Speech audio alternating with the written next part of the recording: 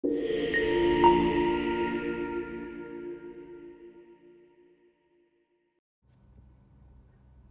maj të vitit 2010, fshati Zapodi Kukësit u kthye në skenën e një prej ngjarjeve më misterioze dhe më prekëse në historinë e Shqipërisë së pasditeve të tranzicionit. Bleona Mata, atëherë vetëm 6 vjeçe, u zhduk pa lënë asnjë gjurmë teksa po kulloste bagëtin në mal bashkë me 5 vajza të tjera që ishin të afërme të saj. Që nga ajo ditë maj, fati i vogëlushës mbetet një enigme pa zgjidhur që vazhdon të trondit opinionin publik. Për 16 vite me radhë, nëna e Bleonës, Bukurie Mata, nuk është ndalur për asnjë moment në kërkimin të së bijës. Ajo ka qenë zëri kryesor dhe figura publike e kësaj tragjedie, duke trokitur në çdo derë institucionale, duke dhënë 10 intervista dhe duke ndjekur çdo pistë apo sinjalizim të mundshëm si brenda ashtu edhe jashtë vendit. Qëndresa e saj, mes lotëve dhe shpresës se Bleona mund të jetë ende gjallë, e ka mbajtur të çështje gjallë në vëmendjen e mediave dhe të publikut. Në kontrast të fortë me praninë mediatike të Bukuries, babai i Bleonës, Ramazan Mata, ka zgjedhur të mbajë një profil krejtësisht të tërhequr.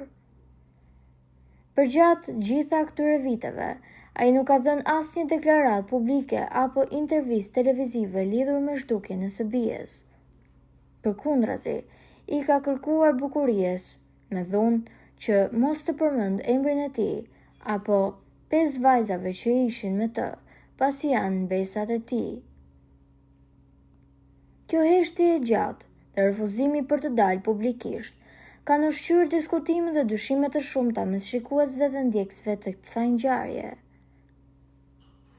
Sfondi i marrëdhënieve familjare, mungesa e një zëri të përbashkët prindëror në media ka nxitur aludime për përçarje të brendshme familjare dhe mosmarrëveshje mbi atë se çfarë mund të ketë ndodhur realisht ato ditë në Zapod.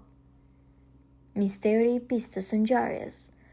Publiku shpesh e ka interpretuar pasivitetin e tij mediatik si një enigmë vete, duke ngritur pyetje nëse heshtja lidhet me presionin e ambientit rrethanor, frikën apo rrethana të tjera që nuk janë bërë kurrë publike.